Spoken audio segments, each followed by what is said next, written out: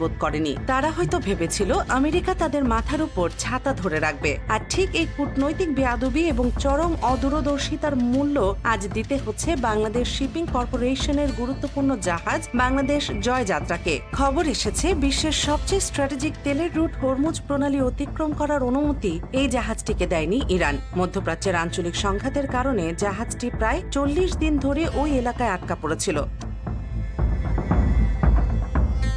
সম্প্রতি যখন একটি যুদ্ধবিরতির ঘোষণা আসে, তখন জাহাজটি সৌদি আরবের রাস আল খায়ের বন্দর থেকে দেশের উদ্দেশ্যে যাত্রা শুরু করে। প্রায় 40 ঘন্টা একটানা গভীর সাগর পাড়ি দেওয়ার পর শুক্রবার সকালে জাহাজটি যখন হরমুজ প্রণালীর কাছাকাছি পৌঁছায়, তখনই ঘটে সেই ভয়াবহ ঘটনা। ইরান কর্তৃপক্ষ তাদের ট্রানজিট ক্লিয়ারেন্সের আবেদন সরাসরি নাকচ করে দিয়েছে। কিন্তু দেশের জন্য সবচেয়ে বড় ধাক্কা এবং আতঙ্কের বিষয় এটি নয়। হরমুজ অথরিটি একজন উচ্চ পদস্থ অফিসার সরাসরি হুমকি দিয়ে বলেছেন, বাংলাদেশ যদি অবিলম্বে তাদের কূটনৈতিক অবস্থান বদল না করে, তবে বাংলাদেশের বাণিজ্যিক জাহাজকে সরাসরি শত্রু জাহাজ বা এনিমি ভেসেল হিসেবে বিবেচনা করা হবে।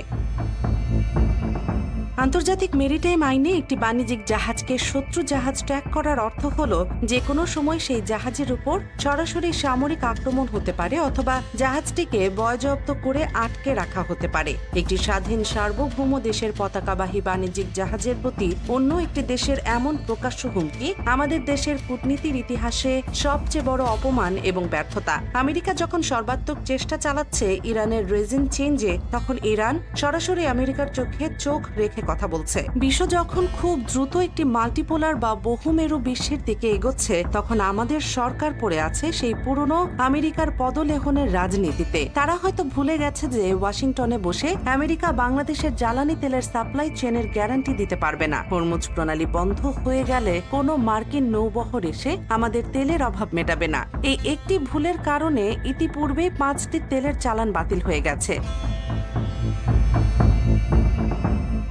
আর এখন সর্বশেষ সম্বল বাংলার জয়যাত্রাকেও আটকে দেয়া হলো। এখন এই পরিস্থিতি চলতে থাকলে বাংলাদেশে ভয়াবহ বিদ্যুৎ সংকট তৈরি হবে, উৎপাদন বন্ধ হয়ে যাবে এবং নিত্য প্রয়োজনীয় দ্রব্যের দাম আকাশ ছোঁয়া হবে। একটি দেশের সরকার যখন জাতীয় স্বার্থের চেয়ে বিদেশি প্রভুদের খুশি করাকে বড় করে দেখে, তখন তার খেসারত দিতে হয় সাধারণ মানুষকে। ইরানের এই চরম আলটিমেটাম সরকারের গালে এক বিরাট চপটাঘাত। তারা প্রমাণ করে দিল যে কারো প্রচারণায় নেচে লাভ নেই। আন্তর্জাতিক অঙ্গনে নিজের মেরুদণ্ড সোজা রাখতে হয়। সরকারের উচিত অবিলম্বে নিজেদের ভুল স্বীকার করে ইরানের সাথে সরাসরি কূটনৈতিক চ্যানেলে কথা বলা এবং এই সংকটের সুরাহা করা। তা না হলে আগামী কয়েক মাসের মধ্যে এক ভয়াবহ এবং অন্ধকার ভবিষ্যতের মুখোমুখি হতে যাচ্ছে বাংলাদেশ। দর্শক